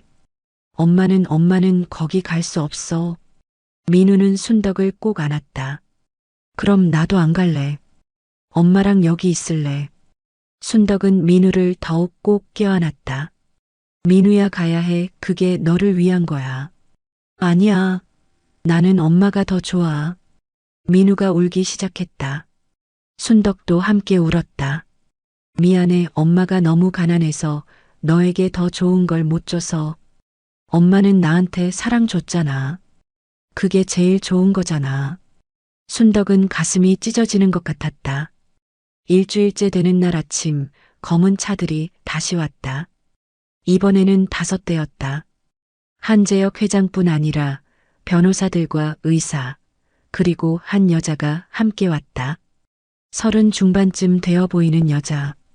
검은 상복을 입고 있었다. 눈이 퉁퉁 부어 있었다. 저는 한수진이라고 합니다. 재민이의 민우의 고모입니다. 한수진은 순덕에게 고개를 숙였다. 제 조카를 살려주셔서 감사합니다. 순덕은 얼떨결에 고개를 숙였다. 아니에요. 저는 당연한 일을. 당연하지 않습니다. 한재혁 회장이 말했다. 5년 전 제 아들 부부가 교통사고로 세상을 떠났습니다. 재민이는 그날 집에서 유모와 함께 있었습니다. 그런데 유모가 재민이를 데리고 사라졌습니다. 순덕은 숨을 죽이며 들었다. 나중에 알고 보니 유모는 빚에 쪼들리고 있었습니다. 재민이를 납치해서 돈을 요구하려 했던 것 같습니다. 하지만 아들 부부가 사망하는 바람에 계획이 틀어졌습니다. 한재혁 회장의 목소리가 떨렸다. 유모는 겁이 났던 것 같습니다. 결국 재민이를 산속에 버렸습니다. 그리고 도망갔습니다. 1년 후 유모는 다른 범죄로 체포되었습니다. 그때 자백했습니다. 재민이를 어디에 버렸는지. 순덕은 손으로 입을 막았다. 경찰이 그곳을 수색했지만 아무것도 찾지 못했습니다. 1년이 지난 뒤였으니까요. 우리는 재민이가 죽었다고 생각했습니다. 한수진이 눈물을 닦았다. 오빠와 올케를 잃고 조카까지 잃었어요. 아버지는 그 충격으로 쓰러지셨습니다. 1년 동안 병원에 계셨어요. 한재혁 회장은 지팡이를 짚으며 말했다. 그런데 한 달 전 조카가 전화를 했습니다. 읍내 학교에 특별한 아이가 있다고. 왼팔에 붉은 점이 있다고. 회장은 순덕을 바라봤다. 우리는 즉시 조사를 시작했습니다. DNA 검사를 위해 민우가 사용한 물건들을 수집했습니다. 학교 물컵, 연필 그리고 결과가 나왔습니다. 강 비서가 서류를 꺼냈다. 99.99% 일치. 민우는 한재혁 회장의 친손자가 맞습니다. 순덕은 고개를 끄덕였다. 이미 알고 있었다. 민우를 만나고 싶습니다. 한재혁 회장이 말했다. 순덕은 방으로 들어갔다. 민우는 침대에 앉아 있었다. 작은 가방 하나를 옆에 두고 민우야 나가자. 응 엄마. 민우는 순덕의 손을 잡고 마당으로 나왔다. 한재혁 회장은 민우를 보는 순간 눈물을 흘렸다. 재민아. 한수진도 무릎을 꿇고 민우를 안았다. 재민아 고모야. 고모가 얼마나 보고 싶었는지 아니. 민우는 어색하게 서 있었다. 낯선 사람들의 포옹이 불편했다. 저는 민우예요. 그래, 민우. 우리 민우. 한수진은 민우를 놓지 않았다.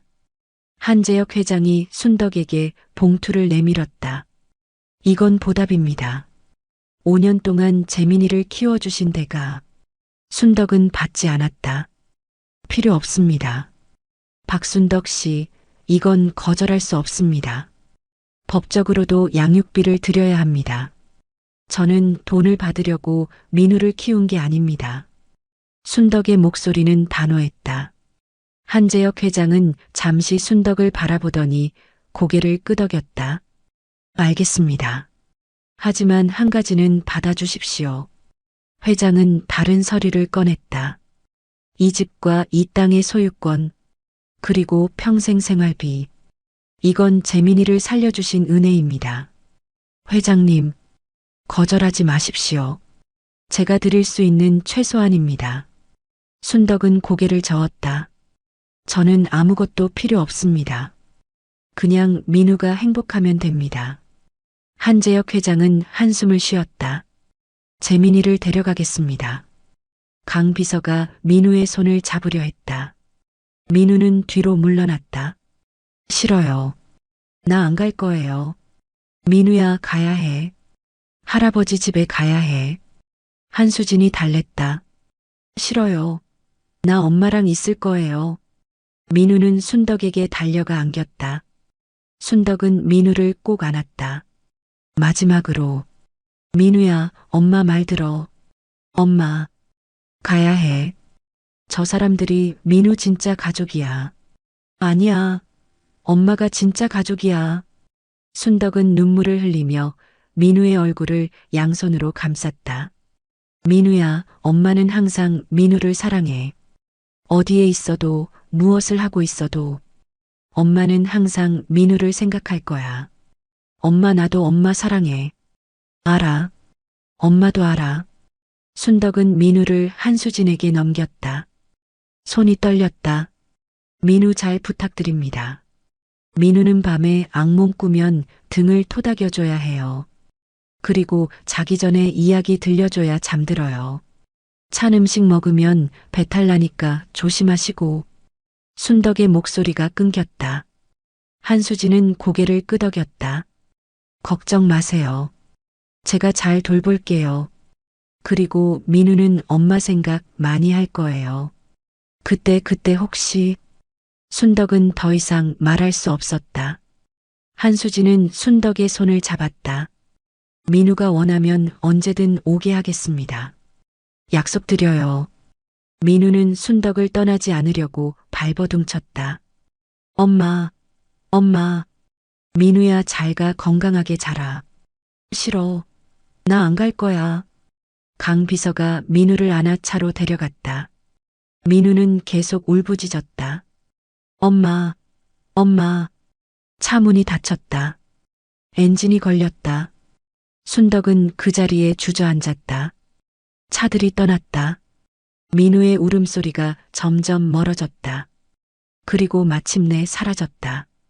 마당에는 순덕만 남았다. 텅 빈 마당, 텅 빈 집, 텅 빈 가슴. 순덕은 하늘을 올려다보며 울부짖었다. 민우야. 5년 동안 함께했던 아이. 순덕의 전부였던 아이. 이제 떠났다. 순덕은 마당에 쓰러져 울었다. 해가 지고 어둠이 내렸다. 하지만 순덕은 일어나지 못했다. 민우 없는 집, 민우 없는 삶. 어떻게 살아가야 할지 몰랐다. 민우야, 엄마 미안해. 지켜주지 못해서 미안해. 밤새 순덕은 울었다. 빈집에서 홀로. 민우야, 밥 먹자. 순덕은 또 헛소리를 했다. 아침상을 2개 차려놓고서야 깨달았다. 민우는 여기 없다는 것을. 민우가 떠난 지 석 달째. 순덕은 매일 같은 실수를 반복했다. 아침마다 2사람분의 밥을 짓고 민우 방 이불을 개고 민우가 좋아하던 반찬을 만들었다. 그리고 빈 방을 보고서야 현실을 깨달았다. 아, 맞다. 순덕은 주저앉았다. 차려놓은 밥상을 바라봤다. 혼자 먹을 수 없었다. 입맛이 없었다. 아니, 입맛만이 아니었다. 삶의 의미가 사라졌다. 민우가 없는 집은 너무 조용했다. 민우의 웃음소리, 민우의 옹알이, 민우가 책 읽는 소리. 모두 사라졌다. 순덕은 민우 방으로 들어갔다. 석 달 동안 한 번도 치우지 않았다. 민우가 읽던 책, 민우가 그린 그림, 민우의 옷들. 모두 그대로였다. 엄마, 나 학교 다녀올게. 환청이 들렸다. 순덕은 문을 바라봤다. 아무도 없었다. 민우야. 순덕은 민우의 이불을 안았다. 민우의 냄새가 희미하게 남아 있었다. 순덕은 그 냄새를 맡으며 울었다. 보고 싶어, 너무 보고 싶어. 똑똑. 누군가 문을 두드렸다. 순덕은 얼른 눈물을 닦고 일어났다. 누구세요? 순덕아, 나 개순이 엄마야. 이웃집 아주머니였다. 순덕은 문을 열었다. 아주머니. 순덕아, 밥은 먹고 다녀? 얼굴이 왜 이렇게 야위었어? 개순 엄마는 반찬통을 내밀었다. 이거 좀 먹어. 김치찌개 끓였는데 넣어주려고 덜어왔어. 고맙습니다. 그리고 이것 좀 봐. 개순 엄마는 편지 한 통을 꺼냈다. 우체부가 너한테 왔다고 줬는데 내가 집에 없어서 우리 집에 맡겼더라고. 순덕은 떨리는 손으로 편지를 받았다. 발신인을 보는 순간 눈물이 터졌다. 한민우. 민우의 편지였다. 천천히 읽어. 나는 갈게. 개순 엄마가 나가고 순덕은 편지를 열었다. 민우의 서툰 글씨가 보였다. 엄마에게. 엄마, 나 민우야. 잘 지내? 나는 여기서 잘 지내고 있어. 큰 집이야. 방도 크고 침대도 커. 매일 맛있는 거 먹어. 학교도 좋아. 근데 엄마, 나 매일 울어. 엄마 생각하면 눈물 나. 고모가 위로해줘도 안 돼. 엄마 목소리가 듣고 싶어? 엄마, 나 보러 와줄 수 있어? 아니면 내가 갈까? 할아버지한테 말해볼게. 엄마 사랑해. 많이 보고 싶어. 마이너스 민우가. 순덕은 편지를 가슴에 안았다. 눈물이 멈추지 않았다. 민우야, 엄마도 보고 싶어, 엄마도. 그날부터 순덕은 매일 민우에게 편지를 썼다. 민우야, 엄마야. 편지 받았어. 고마워. 엄마는 잘 지내고 있어. 걱정 마. 민우도 밥 잘 먹고 공부 열심히 해. 엄마는 항상 민우 생각해. 사랑해, 우리 민우. 엄마가. 편지를 붙이고 순덕은 매일 우체통을 확인했다. 민우의 답장을 기다리며. 일주일 후 답장이 왔다. 엄마, 고마워. 엄마 편지 받았어. 매일 읽어. 자기 전에도 읽어. 엄마, 나 이번 주말에 갈게. 할아버지가 허락하셨어. 토요일에 갈게. 기다려줘. 마이너스 민우가. 순덕은 편지를 보고 믿을 수 없었다. 민우가 온다고? 토요일 아침 순덕은 새벽부터 일어나 청소를 시작했다. 민우 방을 깨끗이 정리하고 민우가 좋아하는 음식을 만들었다.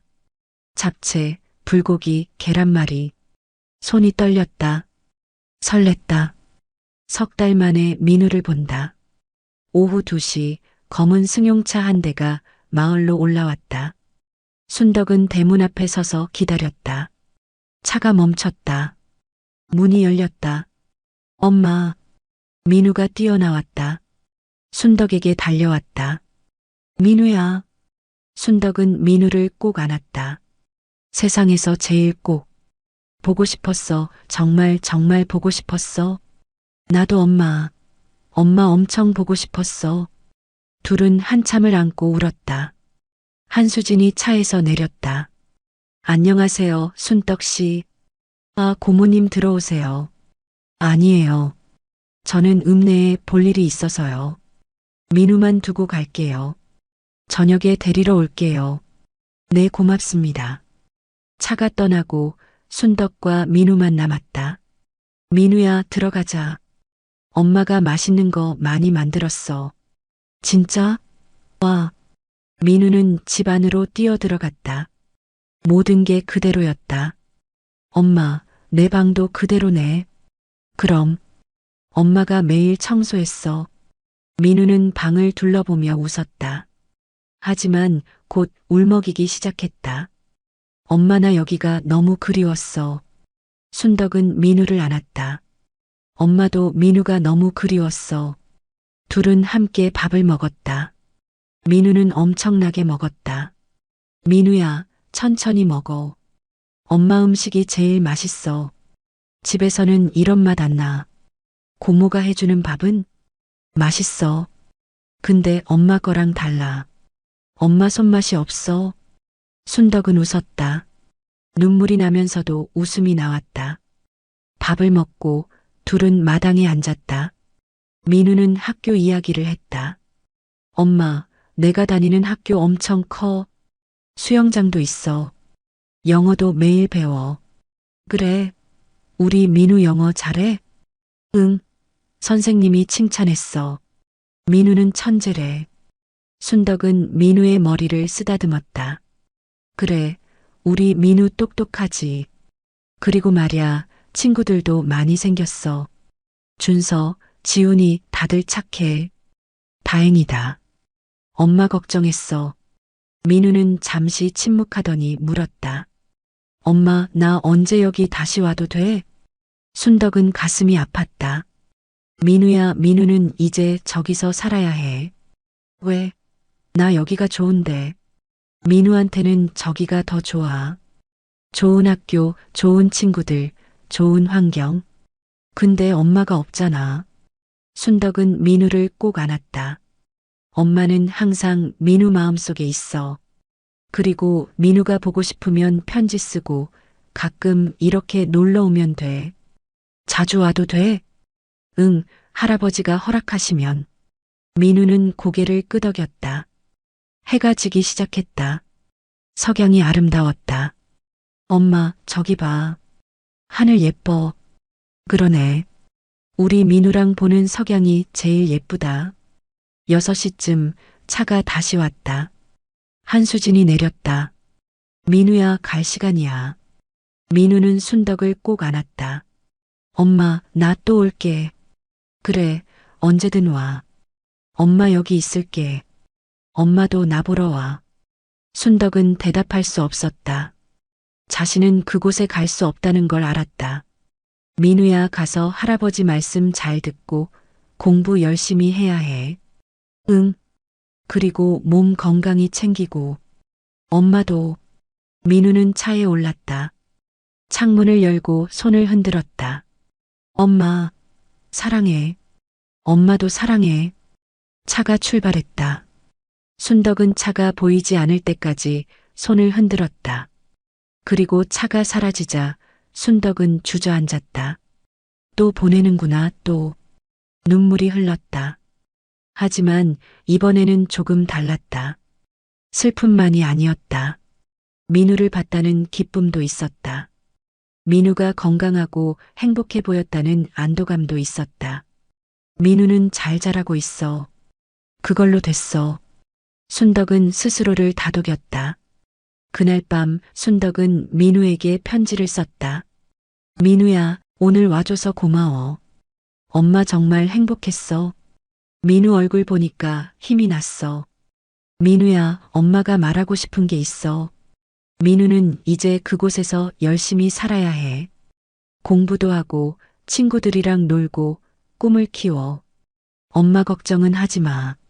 엄마는 여기서 잘 살고 있어.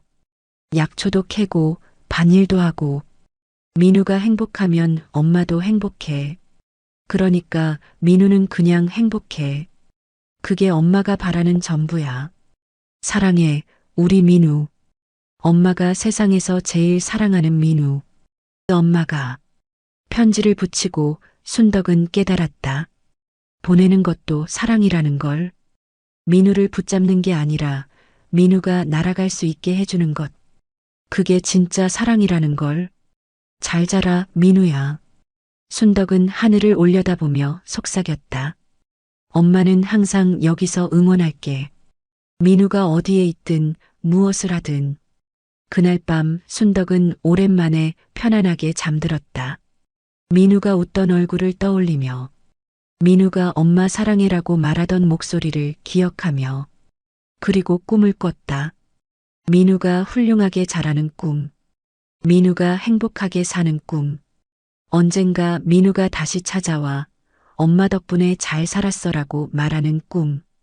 순덕은 그 꿈 속에서 웃고 있었다.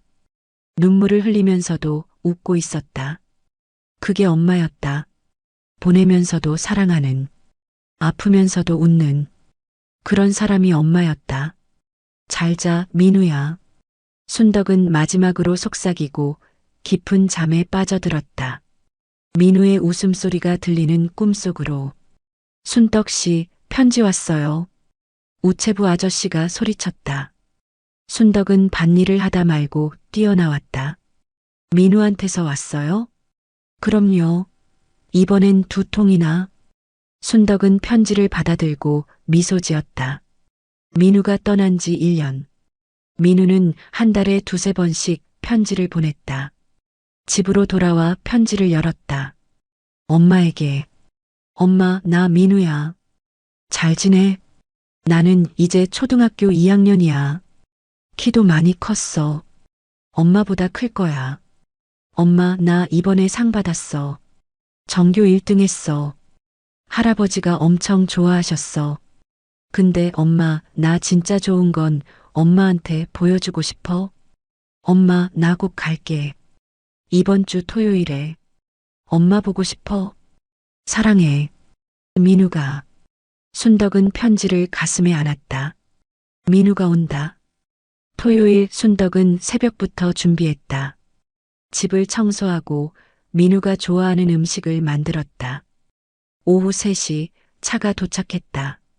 문이 열리고 민우가 뛰어내렸다. 1년 사이 훌쩍 컸다. 머리는 순덕 어깨까지 왔다. 엄마, 민우야. 둘은 서로 껴안았다. 엄마, 보고 싶었어. 엄마도. 우리 민우 많이 컸네. 한수진도 차에서 내렸다. 하지만 이번에는 혼자가 아니었다.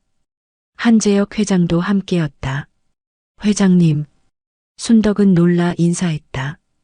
안녕하십니까, 박순덕 씨. 한재혁 회장은 지팡이를 짚고 천천히 다가왔다. 들어가도 되겠습니까? 아, 네, 물론이죠. 들어오세요. 순덕은 당황하며 집으로 안내했다. 낡은 집이 부끄러웠다. 한재혁 회장은 집안을 둘러봤다. 1년 동안 별일 없으셨습니까? 네, 잘 지냈습니다. 민우가 자주 편지를 보냅니까? 네, 한 달에 2~3번씩요. 회장은 고개를 끄덕였다. 민우가 당신을 많이 그리워합니다. 순덕은 민우를 바라봤다. 민우는 마당에서 옛날에 놀던 장난감을 찾고 있었다. 민우는 잘 지내고 있나요? 공부는 최고입니다. 전교 1등이고 영재반에 들어갔습니다. 다행이네요. 하지만 한재혁 회장은 잠시 말을 멈췄다. 민우는 자주 웁니다. 밤에 당신을 찾으며. 순덕의 가슴이 아렸다. 그리고 한 달에 한 번은 꼭 여기 오고 싶다고 조릅니다. 때로는 아예 여기 살고 싶다고도 합니다. 순덕은 입술을 깨물었다. 죄송합니다. 제가 민우를 더 잘 보냈어야 하는데. 아닙니다. 한재혁 회장은 고개를 저었다. 당신 잘못이 아닙니다. 민우는 당신을 진짜 엄마로 생각합니다. 그건 당연한 겁니다. 회장은 한숨을 쉬었다. 박순덕 씨, 제안이 있습니다. 제안이요? 서울로 오시지 않겠습니까? 순덕은 눈이 휘둥그레졌다. 저요? 예. 우리 집에서 민우와 함께 살면 어떻겠습니까? 민우의 유모로요. 순덕은 믿을 수 없었다. 회장님, 제가 어떻게... 민우에게 당신이 필요합니다. 저희가 아무리 잘해줘도 당신만 못합니다. 한수진이 거들었다. 순덕 씨, 제발이요. 민우를 위해서. 민우가 너무 힘들어해요. 순덕은 고민에 빠졌다. 서울? 재벌집? 자신 같은 사람이? 하지만 저는 배운 것도 없고 서울 생활을 어떻게 해. 걱정 마십시오. 모든 걸 준비해 드리겠습니다. 방도 생활비도. 순덕은 민우를 바라봤다. 민우는 순덕을 보며 환하게 웃고 있었다. 민우를 위해서라면. 알겠습니다. 가겠습니다. 한재혁 회장은 안도의 표정을 지었다. 감사합니다. 일주일 후에 모시러 오겠습니다. 일주일 후 순덕은 작은 짐 하나만 꾸렸다. 민우 옷, 민우 장난감, 그리고 추억들. 검은 차가 왔다. 이번에는 민우도 함께였다. 엄마, 우리 집 가자. 그래, 민우야.